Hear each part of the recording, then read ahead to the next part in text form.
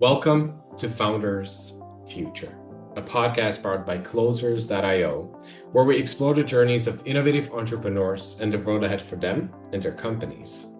I'm your host, Milan Kohut, and in each episode, we uncover the stories behind impactful ventures, the challenges faced, the lessons learned, and the strategies fueling future growth. Today, I'm absolutely thrilled to be joined by Amanda Joy Loveland, a corporate shaman, master NLP practitioner, keynote speaker, and strategic advisor who guides high-performing leaders and entrepreneurs toward aligned growth. She co-founded and scaled Modbot, a national apparel brand she owned and led as CEO from 2007 to 2019, building it through positive connections and empowerment of employees and customers.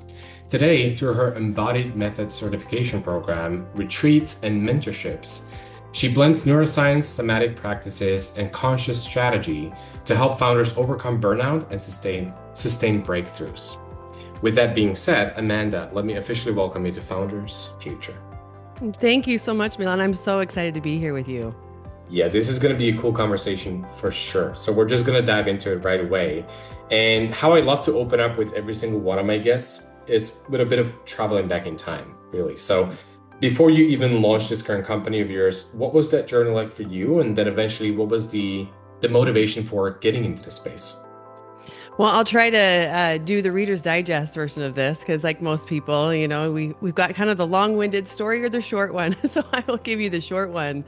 Yeah, for 12 years, I ran and owned a clothing brand and manufacturer based out of the United States, which I absolutely loved. It was an interesting journey because I'm based out of Utah, and it was founded in the Mormon. If you're familiar with Mormon or the LDS religion, it actually was founded, that clothing brand was founded within that. And at the time, I was that religion. And it was layering tees because, I won't get into the nuances of it, but there was a need in the marketplace.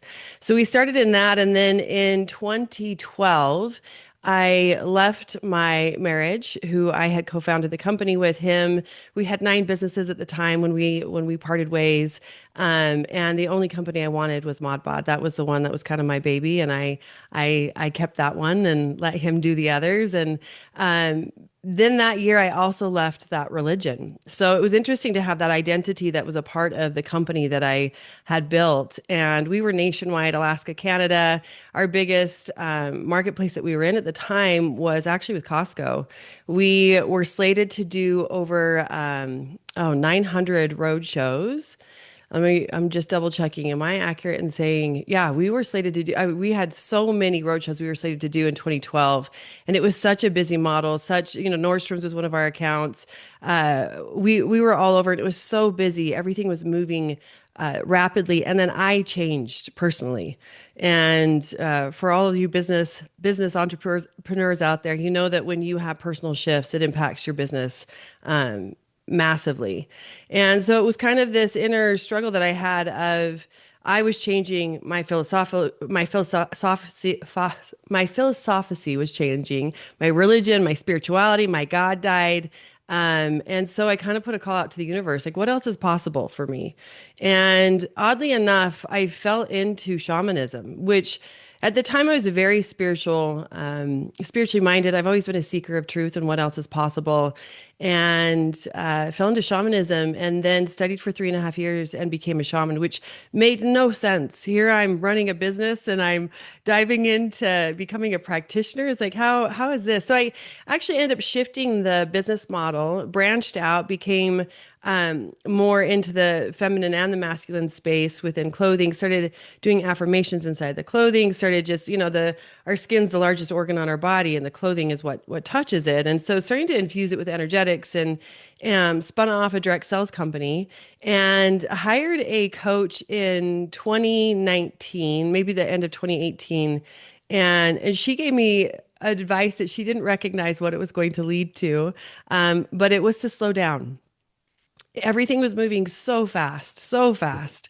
And so she invited me to slow down and only do three things for a whole week, only do three things out of like the absolutely have tos. And I was a single mom at the time. And I'm like, holy cow, her name was Sydney. I'm like, Sydney, only three things. She said, yes, just trust me. So I did that. And what happened is it created space for me to actually sit with myself. And as I sat with myself and I sat in meditation and prayer, all of a sudden I got this very big download. It's time to close your doors and you'll know why later. So I did. I trusted. There's been a handful of things in my life that have been very significant of like, this is a very clear directive. And if you ignore it, like life gets really hard. I don't know if you've ever had any of those. But so I made a very, very hard decision. Went from 55 employees to two employees. To, at that time, I think I had 25 employees that, this decision it impacts every single one of them. But I closed my doors and COVID happened afterwards. And I could not have imagined running that company and having the stress and the burdens um, magnified from what we were already experiencing. So I was really, really grateful that I did listen to that call, and then I leaned into what I'm doing today. Yeah, I think it's very important for us to trust that gut feeling that we get in those moments that Mhm. you just described. But at the same time, that's a big change. It's huge. It's funny though, because I always talk about this when it comes to both life and business, you just gotta stay adjustable, right? Like it's not gonna be a linear journey. It's gonna change all the time. But for you, like that is quite a pivot though, especially you talking about the religion, how that changed. Mhm. Man, that's some deep identity kind of stuff, which is not easy to go through. So hats off to you. Well, But thank you. Yeah, massive identity. I mean, I went through massive deaths with all of that. Like, when you go introduce yourself and you're walking in these circles and all of a sudden you're like, oh, this huge part of my identity, my security, my livelihood, all of that now changed. Now who am I? Who am I without this? That took several years to move past. oh man, that's a big question. Who am I without this? But Mhm. okay, that's a whole different podcast conversation. We should maybe allocate some time for that. But yeah, I mean, well, Amanda, I think that when it comes to pivoting to the current structure and the business and the type of work that you do now, we're just gonna have to clarify for the listeners that we have here right now. So let's start with this.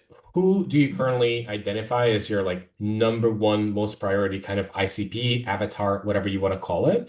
And Mhm. also, what is that core offering that you have in place for those Mhm. clients?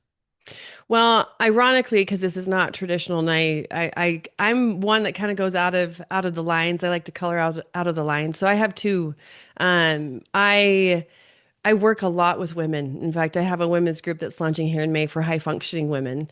In my experience and in my learning, and with what I teach now, we have misappropriated what it is to be a feminine, to be a woman, and how to be in the business arena and in being in a creative. And most women, like myself, have thought that we're in our masculine energy when we're going and creating and doing these things, and really it's been in the wounded feminine. And so I work a lot with the feminine of how to lean more into the softness, into the intuitive, into like how do we be more in flow with money, with currency, with creation, while keeping the structure intact, and how to work a lot with the masculine and feminine within us.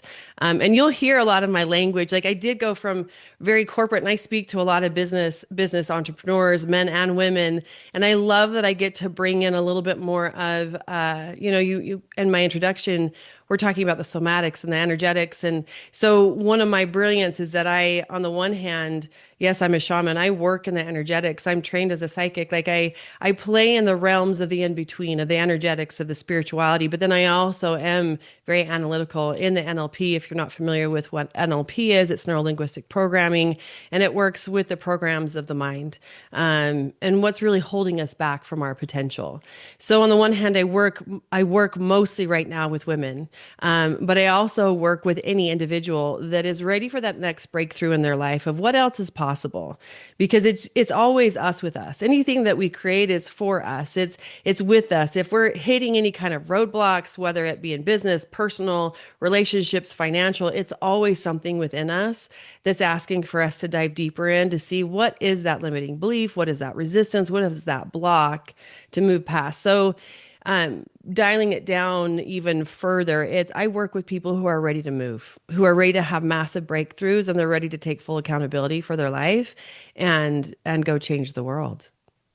Yeah, well, Amanda, there is definitely a lot of things that you're looking for when it comes to the people that you end up working with. You have to be selective and really feel on the same page with that type of person, which can also be a pretty big challenge when it comes to looking at it from the business perspective. So I'm going to use this opportunity and we're going to switch it up to the behind the scenes though. Because when it comes to your ability to get in front of the right people, but also do it at the right time where they actually feel ready for that kind of jump and breakthrough, what is it that you do with your Mhm. marketing, your legion efforts, stuff like that, to have the ability to continue to onboard new and new people and keep changing Yeah. lives? It actually is an energetic piece first. One of the things that I do is I set my container. I'll give a good example of this. When because I'm a seeker and I want to learn everything that I can so that I can be the best version of me that I can be and also be the best facilitator, teacher, speaker, whatever it is. I set a container. And when I was learning how to become psychic, and the way and this is probably so different from any of your other guests because I'm going to dive into the energetics. I would have spirits come in and they would be very disruptive. And so I set a very clear container that, hey, I'm only open during certain hours and I'm only available for certain energies to come in at certain times. And we forget that we get to have the say of what comes into our field. And so with my business, I set a container that, hey, I know that anybody that comes into my space meets these criteria. One, they are ready for massive change. They're ready to put their money in because that's an energy exchange.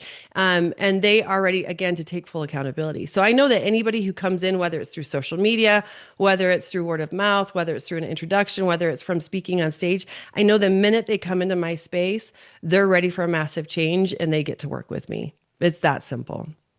Hmm. Interesting. Well, I mean, you're right about this. It is different from most of the people that we get here, but at the same time, we love the woo-woo stuff, as I like to call it. So it Right. won't It is won't have woo that woo. into that. But yeah. So when it comes to this, I mean, looking back at the journey so far, out of all of those, separate pieces, I would say, whether that's word of mouth, referrals, working with the potential social media, what has been really working the best for you in terms of the amount of people that you can get in? Honestly, word of mouth. A lot of it is from, social media is an interesting, or even LinkedIn, it's such an interesting black hole that we can get caught up in. We can get into the comparison model, or I'm not doing this right, or whatever it is, I'm not getting enough leads. And we always look at like and just in the basic analyticals of business, you want the number. It's the number game, right? It's like how much can I get exposure? How many likes can I get? Comments can I get? The engagement that I can get.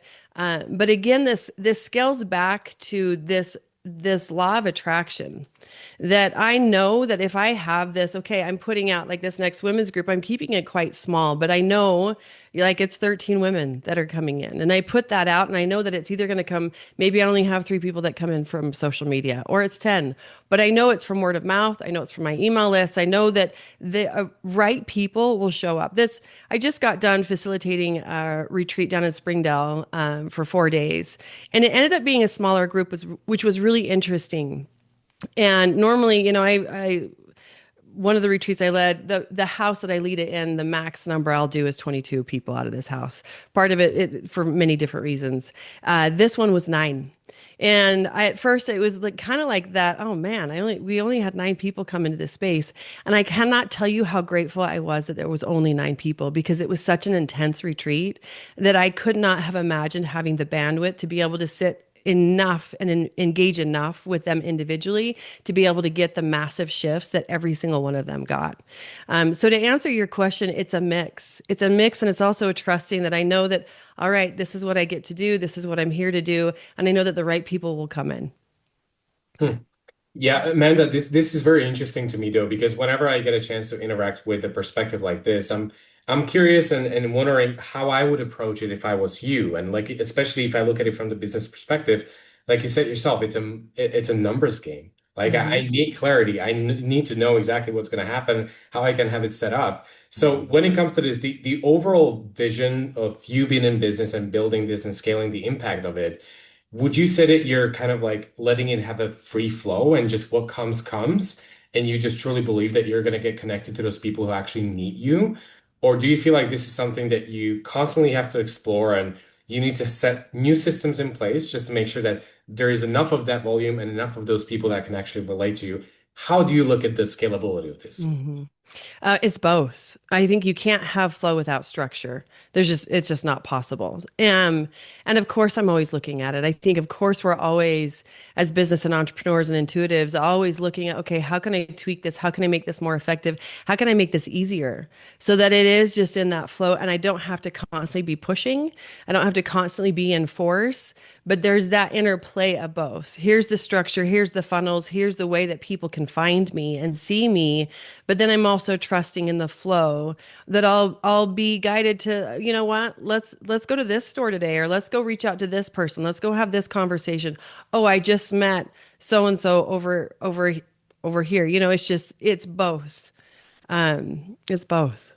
What an interesting combination. Now, when it comes to those people, I'm also curious, will you be intentionally building this as a bigger ecosystem that Mhm. might need more people joining the mission and, having folks for marketing, sales, fulfillment, whatever the case might be? Or would you rather prefer to do a one-woman show?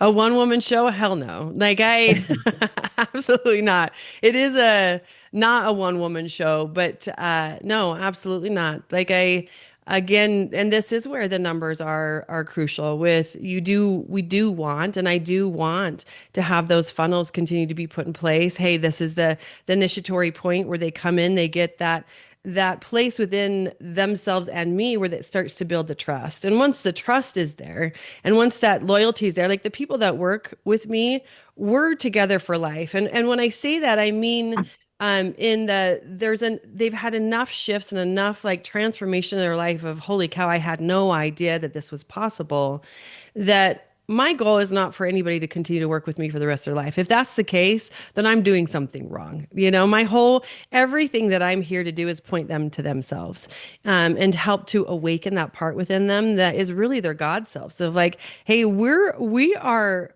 the creators of our reality, and what are you wanting to create? Um, but this dynamic of, yeah, let's create the funnels, let's build the trust, and once that's there, it just does this system that continues to grow and build and build and build.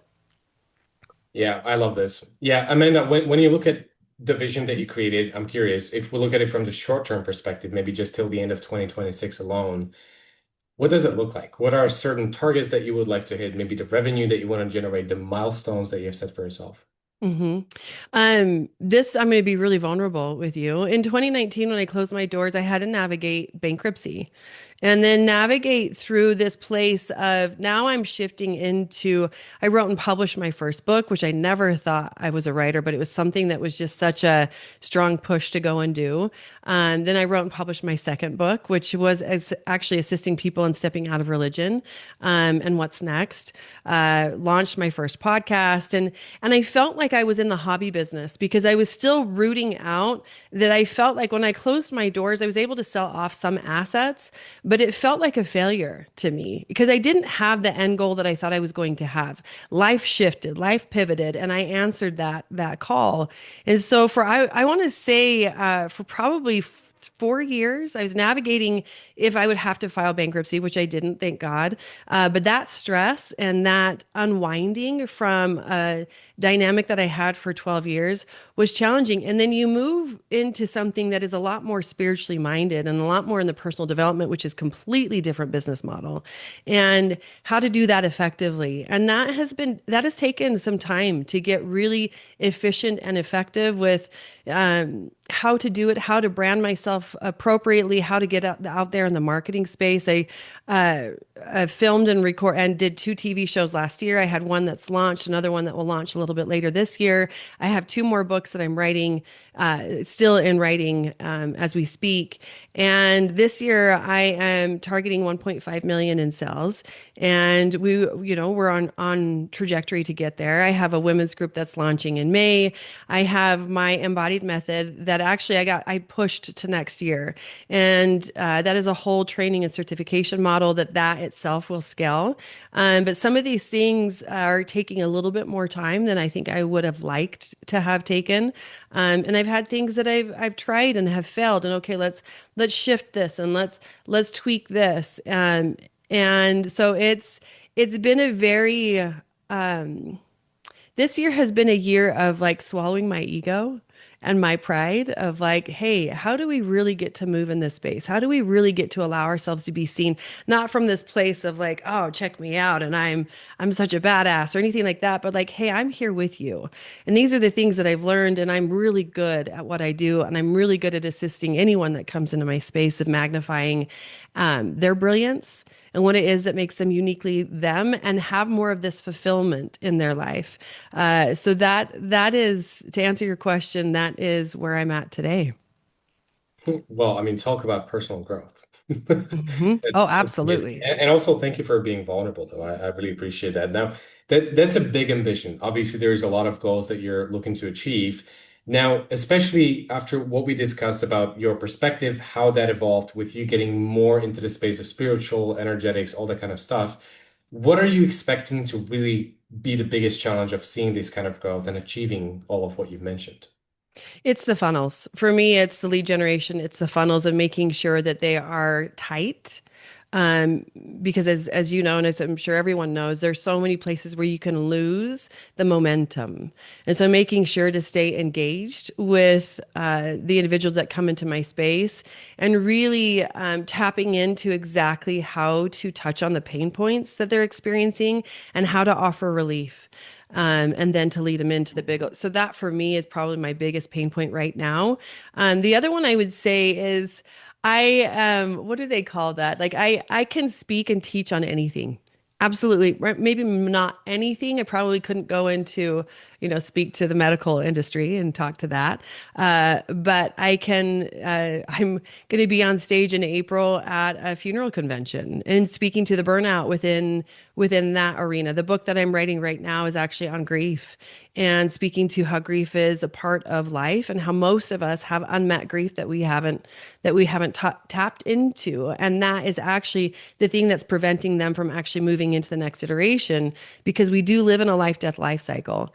And so and my other book that I am writing as well is about bringing in the new world, and this new way of doing business, the new way of being human, because we're in such a place right now of so much unrest, which is challenging to witness, but it's also really beautiful because we're breaking down the old dynamics that no longer serve us. Even in doing business, so many people are burnt out because we're doing it in an old way that doesn't work anymore. It doesn't work for this new iteration, this next iteration of who we're wanting to be. So that's probably one of my other challenges as well is this whole niche. I can speak to a lot of different pieces. And so that's been one of my other challenges of being able to be in that structure of, okay, let's get really clear with how we're going into these pillars, these different thresholds for people, and have it be in the most effective and most flow for people to enter into. If they're going to my website, it doesn't feel confusing. It feels like, okay, it's straight across. It's clear. It's like, okay, this is where I want to enter, and this is how I can work with Amanda. Yeah, I'm loving the self-awareness here. And I feel like when it comes to positioning and the messaging behind your offers, that's going to be the bottleneck for the majority of people. So Yeah. it's always a learning curve. But I think with me previously stating that there is a big ambition, that even is an understatement because it looks like you're getting yourself ready to really pioneer and shift the industry. So, I mean, good for you. I'm excited for this. And thank you so much for sharing the journey with me and the listeners that we have here on the Founders Future podcast. Yeah. Amanda, if we have anybody who's listening right now and really wants to get in touch with you, look closely at your work and the type of stuff you do, how to go about it? My website, amandajoyloveland.com. I have podcasts. I have a new podcast I'm about to launch called Coming Home with Amanda Joy. But my website, my social media, those places are the quickest way to get in touch with my work. There are things on YouTube that I offer for free. There's a lot of free things that I offer because I like to offer people tools without, like we're all here to help each other. Like, and that thing of like, yes, there's a value exchange and a money exchange that gets to be there, but there's also pieces of like, hey, I need something today. So whether it's on Spotify, if you search my name, if you search my name on Google, you'll find a lot of different things out there, or head to my website, social media. Yeah, Amanda Joy Loveland. Easy as that. Well, thank you again. It was an amazing story that you shared with us. So Thank you. I pleasure to appreciate have you, you. Milan. Yeah, thank you. Awesome. Now to our listeners, if today's conversation inspired you as well, make sure to subscribe to Founders Future on your favorite platform. And also, if you're a business owner, more specifically a consultant or a coach, or you have an agency and you're trying to scale the business and really enhance both your sales and marketing efforts, also visit closers.io, get in touch with our team, and discover how exactly we scaled our company from 0 to over 30 million per year in less than 3 years. Until then, keep on crushing it, and I'll see you on the next one.